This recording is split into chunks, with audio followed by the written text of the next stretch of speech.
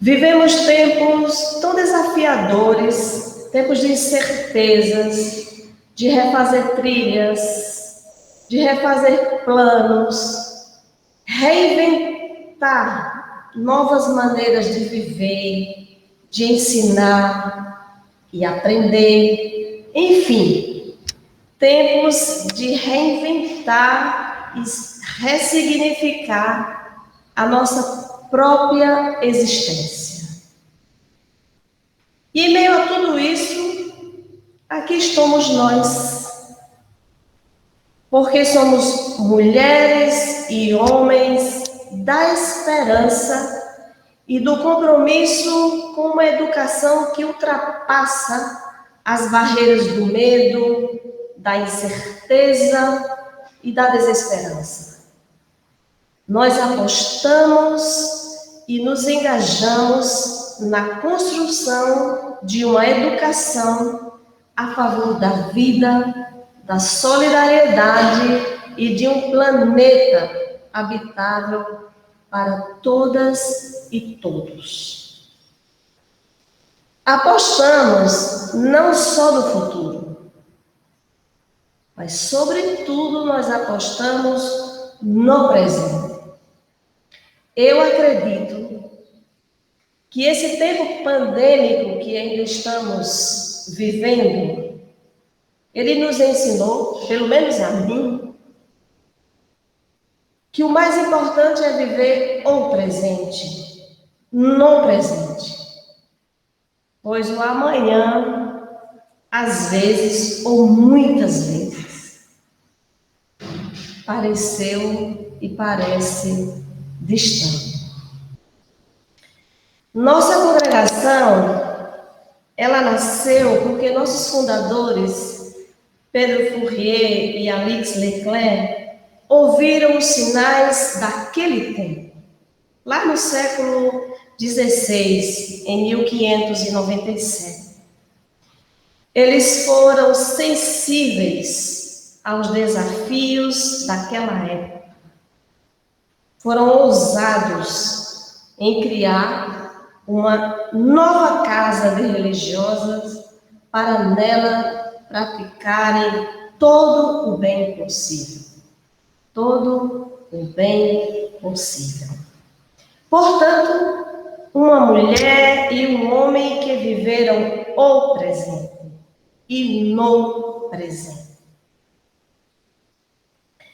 Essa casa nova, tão desejada, tão sonhada por Alix, se estende à abertura de uma escola aberta às meninas pobres que não tinham direito à educação. E ao longo da história, foi se ampliando para todas as meninas, tanto ricas quanto pobres. E vocês podem perguntar, o que é trabalhar numa escola da congregação de Nossa Senhora? E nós, irmãs, respondemos. É, antes de tudo, entrar numa história, na nossa história, na história da nossa congregação. É também viver de uma inspiração, aquela inspiração dos nossos fundadores. E, finalmente, é formar comunidade em torno de um projeto educativo para responder à vocação de cada ser humano. Segundo nossa concepção, a concepção da congregação, que é o ser humano, é formar seres humanos conscientes, com uma visão crítica da realidade, que saibam fazer escolhas, criar novos saberes, e que sejam capazes de olhar o mundo, fazer leitura e releitura da realidade e nela intervir, segundo os valores da justiça, da solidariedade e da cultura da paz. Viver de uma inspiração, o que é? Um fundador não é um modelo a imitar, mas uma fonte à qual podemos recorrer para viver e bem viver hoje.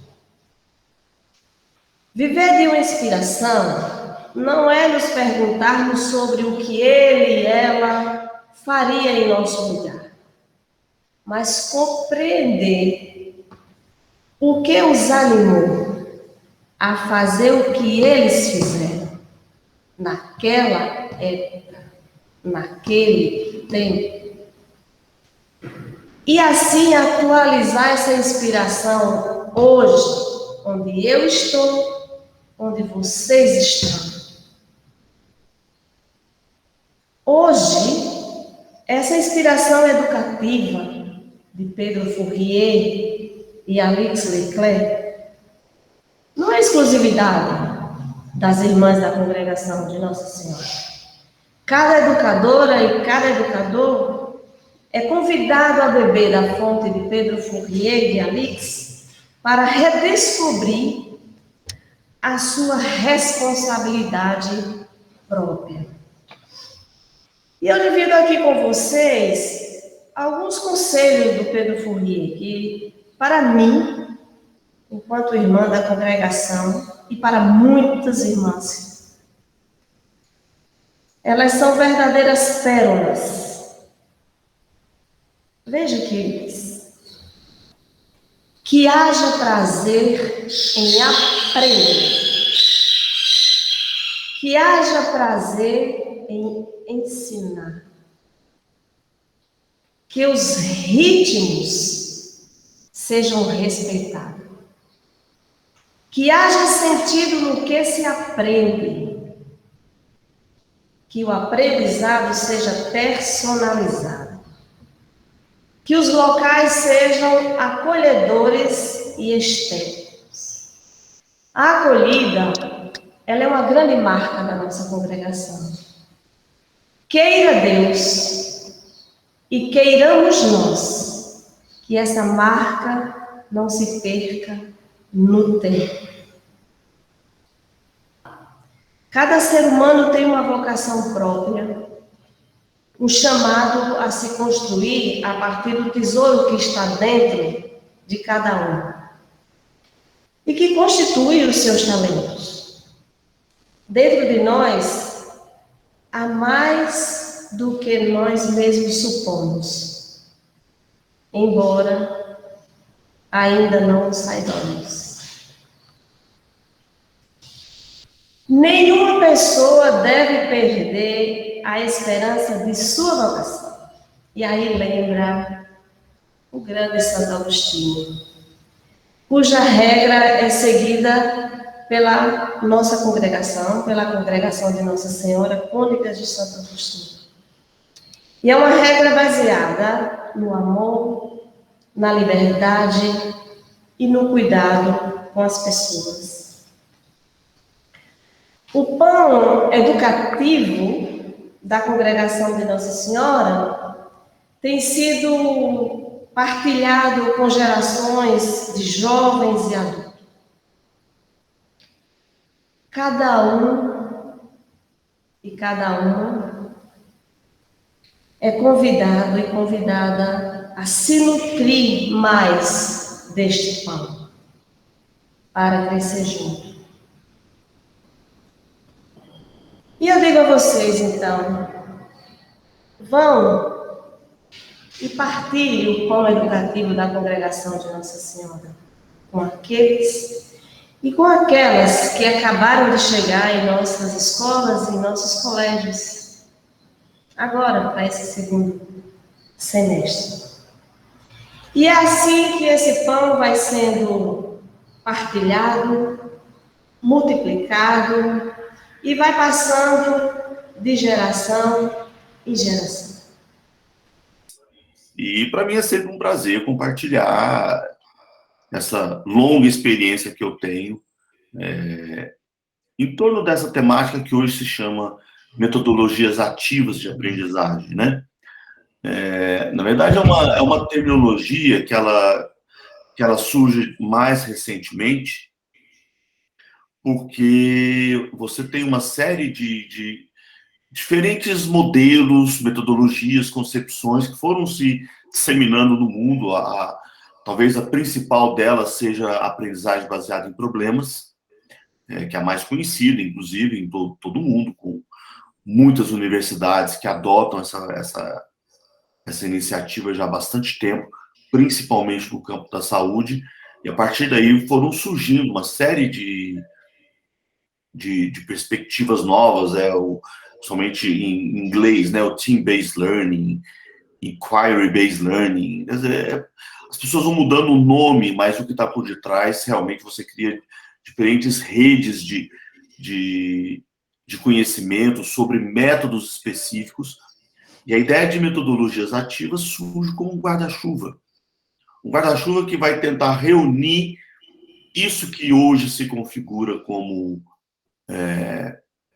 a grande, vamos dizer assim, inovação ou revolução da educação, que é você colocar o aluno no centro do processo educativo. Ele como sujeito ativo, em substituição a um modelo de educação que está aí há séculos, né? A base do que se chama de metodologias ativas é o construtivismo. Certo? Então, quando você fala de... Daqui a pouco eu chego mais especificamente na alfabetização e na educação infantil, não é o forte do meu trabalho, mas algumas reflexões são possíveis da gente entender a partir dessa lógica do construtivismo, a lógica de que o conhecimento ele é construído. Certo? O conhecimento ele não está dado no mundo. O ensino tradicional, em qualquer nível, seja na educação infantil até o nível da pós-graduação, a gente estruturou um modelo onde o professor ensina. A mudança, quando a gente fala do aluno no centro do processo, é porque o professor sai do tablado, vamos dizer assim, daquele papel do detentor do conhecimento que vai ensinar o mundo às crianças, e ele passa a ser um mediador desse processo. Isso, conceitualmente, eu acho que todo mundo já ouviu falar. Uns praticam, outros acham que praticam isso, mas não necessariamente. Que esse aliás, é uma das outras perguntas que tem lá, como é que funciona, qual que é os maiores problemas para a implementação disso. Os maiores problemas estão nos professores, que não conseguem internalizar essa perspectiva epistemológica de conhecimento mesmo, como se dá o conhecimento. Certo? E a base disso, que de fato a educação infantil, as séries iniciais, acabam se aproximando um pouco mais desse modelo, mas principalmente da educação infantil, onde o aluno tem mais liberdade, ele tem mais abertura para inovar, para criar. De uma certa forma, porque a escola, a sociedade entendem que aquilo ali é só diversão, certo? Que não é sério, educação infantil não é coisa séria. Então, deixa a criança livre, porque a hora que ela entrar no ensino fundamental, depois que ela se alfabetizar, aí nós vamos conversar de educação. E então, isso acaba ficando, vamos dizer assim, mais livre para o pessoal da educação infantil dar essa liberdade para os alunos e alunas. Essa liberdade é o que a gente pode estar chamando aqui de um processo de construção, de construtivismo, onde a gente assume que cada um de nós, ou cada aluno ou cada aluna nossa, a gente está construindo o mundo. Não sei se todo mundo já ouviu falar, tem muita gente que trabalha com essa perspectiva de mostrar que, na verdade, os processos da educação infantil deveriam se perpetuar durante todas as etapas formativas. O próprio MIT nos Estados Unidos, o Mitchell Resnick e tantas outras pessoas no mundo inteiro, eles sempre tiveram isso muito claro. Vamos pegar um modelo de educação infantil e levar ele para as outras séries. Só que a gente tem tanto conteúdo e tanta coisa para colocar que acaba sufocando os nossos alunos naquilo que é o quê? A criatividade, que lá na educação infantil isso é dado espaço. acompanhei esse processo da educação feita por essa mediação tecnológica aqui, como o Google Meet. O que as escolas pecavam, que eu vi, é exatamente porque botaram uma ferramenta e, a partir daí, reforçou a ideia de que eu estou transmitindo conhecimento para o aluno. Independente do meio ser físico na escola ou ser através de uma ferramenta tecnológica como essa, o que está por detrás, eu volto a insistir aqui, é a noção de epistemologia de conhecimento, de como se dá o conhecimento. Certo? Se eu quero ensinar e que o outro reproduza, ou se eu quero que ele construa alguma coisa, que ele faça. Então, tanto na alfabetização quanto na educação infantil, quer dizer, o que eu preciso, mesmo mediado por uma tecnologia como essa aqui, é que quem está do outro lado tem a oportunidade de criar, de produzir um texto, de criar hipóteses sobre o mundo, sobre as coisas, sobre o que ele está vendo na casa dele. Não precisa ser vendo dentro da escola. O que você está vendo na janela do seu quarto? Certo? Abra a janela agora. Descreva na linguagem que você quiser. Pode ser desenho, pode ser pintura. Vamos conversar sobre isso. E os diversos quartos? O que você tem? Eu estou usando aqui coisas que eu estou criando agora, ou eu acompanhei algumas aulas, de usar a cozinha da casa para aprender matemática. Certo? Isso não tem nenhum livro didático. Isso é, vamos dizer assim, é assumir esse papel ativo. Então, é contar degrau, se morar em prédio da casa, gavetas, objetos, usar a matemática e deixar a criança fluir e pensar sobre diferentes formas de fazer aquelas operações matemáticas, sem dar para ela o resultado pronto, o exercício pronto, por exemplo. O que está por detrás da atividade do sujeito, efetivamente, essa ação dele de co-criar o mundo, a realidade. Muita gente acha que eu já faço metodologia ativa porque eu coloco o meu aluno para pensar, para refletir. Não é esse o sentido de ação, tá, que configura uma metodologia ativa. Se fosse assim, todo mundo realmente seria, não faria sentido você falar de metodologias ativas, que todo mundo coloca o seu aluno para pensar, para refletir. O problema é, volto a insistir aqui, refletir sobre o quê? Certo? Se for refletir sobre um conhecimento já dado, e eu apenas quero que ele confirme o que eu quero que ele aprenda, isso não é metodologia ativa. Isso é um ensino tradicional. Eu só estou mudando o meio, a ferramenta. Eu estou simplesmente... Eu quero que ele chegue à mesma conclusão que o livro chegou e que eu cheguei. E para isso eu boto ele para pensar. Quando nós falamos de metodologia ativa, por isso que eu falo aí do construtivismo, no sentido desses autores que eu já mencionei, nós estamos falando desse sujeito criar o mundo, ele criar a realidade, ele criar hipóteses diferentes, que é o que a criança da educação infantil faz. Certo? Ela pode, eu inventei esse exemplo aqui, ela pode pegar isso aqui e fazer uma cachoeira. E ali a gente acha bonitinho. Por que o aluno na universidade não pode fazer isso? Isso que hoje o mercado de trabalho quer o sujeito que crie, que ele não simplesmente reproduza o que o livro falou, o que os professores falaram. Que a educação formal é o papel da escola, não é da família. Então, nós temos que ter aproximação, mas vamos tomar cuidado, muito cuidado também com essa lógica que geralmente vem por aí, que vamos trazer a família para dentro da escola. E se você traz a família para dentro da escola, ela vai trazer muitas vezes essa visão de que eu quero que você dê para o meu filho a escola que eu tive. Porque eu sou bom onde que eu estou na vida, né? Eu cresci, eu me desenvolvi, então eu quero que meu filho tenha a mesma educação que eu tive. E aí a escola, muitas vezes, vai ter que falar para esse pai, olha, não é bem assim que a coisa funciona hoje em dia. Então, eu sou muito crítico a algumas visões por aí de que a saída, uma das soluções para a educação é aproximar a escola e família. Claro que isso é importante, mas cada macaco no seu galho, vamos falar na linguagem comum, certo? Eu vou aproximar a família da escola naquilo que a família tem responsabilidade. Naquilo que é responsabilidade da escola, eu não posso deixar a família intervir no modelo pedagógico institucional que a escola criou.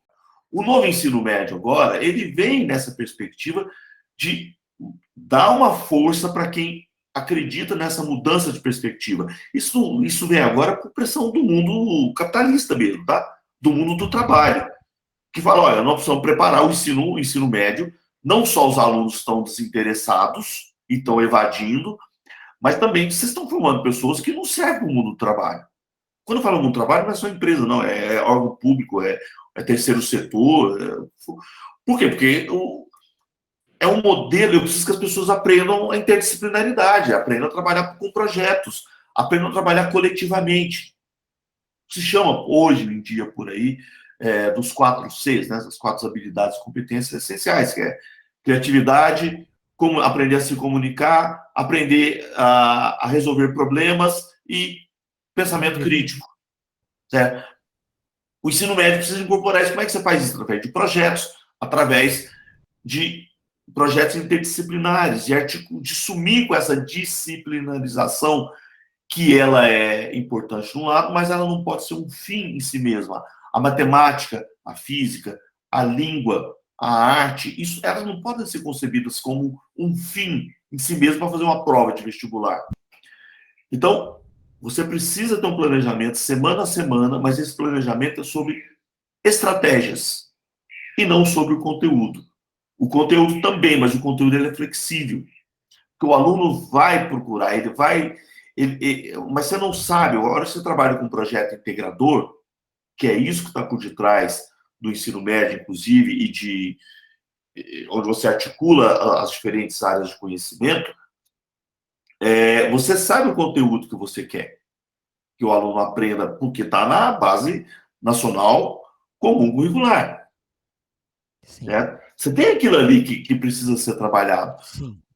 A questão é a ordem também. Você não precisa seguir hierarquicamente, que nem a BNCC tem essa ordem. Ela fala na 4ª série ou na 8ª série, você tem esses conteúdos aqui.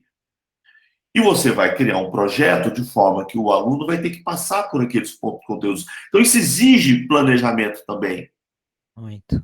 Só que o aluno pode ir para o outro lugar, e ótimo. Mas o que você trouxe sobre isso aqui? É hora que você trabalha em grupos, cada grupo vai trazer uma parte da BNCC e vai, na hora de discutir, você vai fazer a aproximação. Isso tudo pressupõe uma forma de planejar também. Como que isso vai se dar na aula?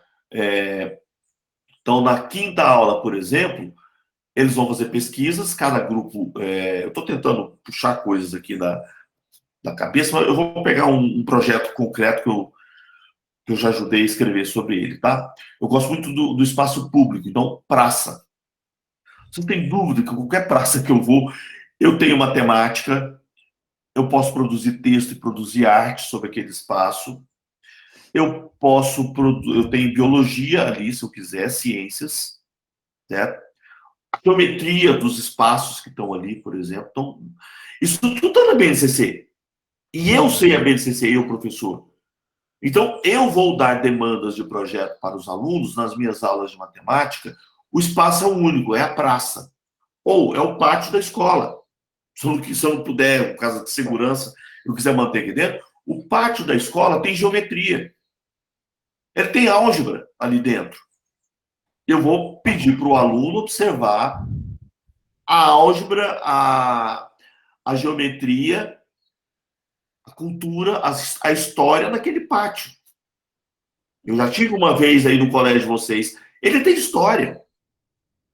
História que vai para séculos, né?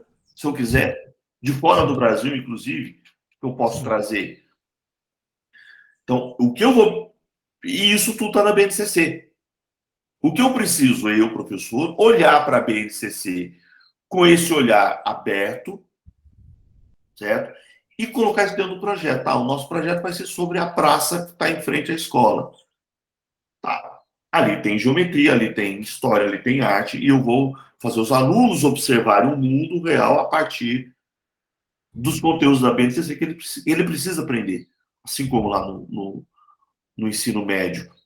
Então, o tipo de planejamento é um planejamento, ele é mais flexível e aberto e não rígido como vem nos livros escolares. A pandemia, ela, como tudo na vida, ela é uma desgraça que aconteceu, certo? E que não tem jeito você não ter enormes prejuízos. O outro lado dessa história é que ele obrigou os professores, as escolas, a fazerem algo que eles não vinham fazendo, que é entender o papel da tecnologia. E que a tecnologia democratiza o acesso ao conhecimento hoje em dia. Mas as escolas vinham resistindo. O desafio é para o professor. E aí você tem tecnologias e você tem tecnologias. Você pode usar a tecnologia para simplesmente continuar transmitindo conhecimento e usar ela simplesmente como repositório, ou você pode utilizar a tecnologia de forma ativa. Isso que Crítica. nós estamos fazendo é um uso ativo de tecnologia. Não é simplesmente botar o aluno para assistir vídeo e fazer uma prova. É a mesma coisa que ler livro.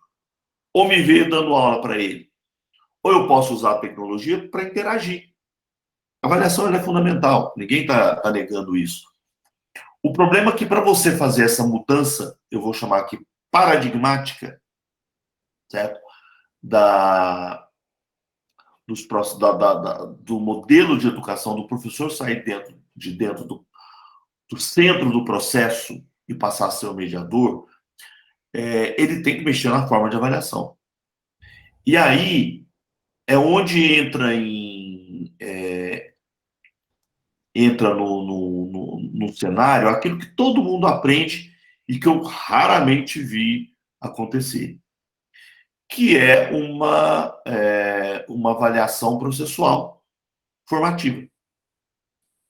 Todo mundo já aprendeu que a avaliação deve ser formativa, mas ninguém consegue fazer na escola tradicional, porque no final o que interessa é a prova lá no fim, se ele aceitou que 2 mais 2 são 4. Como é que escreve sessão, em que contexto, como é que você entende a hipotenusa da rebimbola, da parafuseta. No fundo, os conteúdos sempre são vistos como um fim em si mesmo, e o aluno vai passar ou não vai passar de ano, se ele demonstrou que ele aprendeu aquele conhecimento específico. Então, a avaliação processual acaba indo para o espaço porque ninguém tem tempo de fazer de forma correta. O que vem são demandas legítimas do mundo sociopolítico e econômico para que a escola cumpra a função de preparar as pessoas para o futuro. E esse futuro é incerto, como todo mundo sabe. Certo? Ele é incerto e as profissões vão desaparecer, todo mundo está vendo isso daí. Então a gente precisa preparar crianças, sujeitos, adolescentes, adultos para viver num mundo que a gente não sabe qual será, com as tecnologias, etc. Como é que você prepara essas pessoas, fazendo elas conviverem desde os dias atuais, por isso a pedagogia de projetos, com incerteza e a indeterminação. Porque assim será o mundo que a gente hoje não consegue ainda prever minimamente como que ele será. Então, se o aluno só tiver certeza na sala de aula, através dos livros didáticos, do que ele precisa aprender, a gente não vai estar formando esse aluno. Não pensa no aluno, pensa no seu filho, na sua filha. O que você quer do seu filho e sua filha? Você quer que eles tenham uma formação cartesiana, quadradinha, de certezas, ou você prefere que ele aprenda a resolver problemas e lidar com o mundo da incerteza lá na frente? Pensa no seu filho antes que você pense no filho dos outros. O que você quer para o filho dos outros? Como é que o mundo será daqui a 10 anos, 20 anos? Certo? Então, os professores precisam entender que esse é um processo que veio para ficar e que ele vai passar por cima de qualquer resistência que tiver estabelecida. Eu posso aderir a isso e aprender e ter um tempo de me reconstruir, me ressignificar, que nem a pandemia fez com várias dimensões da nossa vida. Eu posso continuar resistindo. Entender que não, eu vou ser professor de matemática o resto da minha vida. E o aluno aprende desse jeito, porque eu aprendi desse jeito, meu avô aprendeu desse jeito, minha avó aprendeu desse jeito. Tá, mas o seu filho não vai aprender desse jeito mais. Passamos um tempo aí ouvindo o professor Ulisses Araújo, que nos trouxe a sua experiência com as metodologias ativas dentro da aprendizagem baseada por projetos, uma das formas que podemos usar nas nossas mudanças e cotidianos. Porém, todas as formas que possamos usar dentro da nossa pedagogia, não descaracteriza e não muda em absolutamente nada os nossos princípios e as nossas concepções. Nós começamos este encontro ouvindo a irmã Arlene nos contar quem nós somos, qual é a nossa missão, qual é os nossos princípios e as nossas concepções. E passeando pelas salas eu me lembrei de uma outra irmã, a irmã Yolanda Setúbal, e ela nos dizia assim, eu já disse isso a vocês algumas vezes e agora eu preciso repetir: aos que estão aqui, que se reconheçam, aos que estão chegando, que aprendam, porque nós temos uma filosofia que nos emana, que nos inspira, como disse a irmã Arlene, há 400 anos. Nos inspira a ser melhores.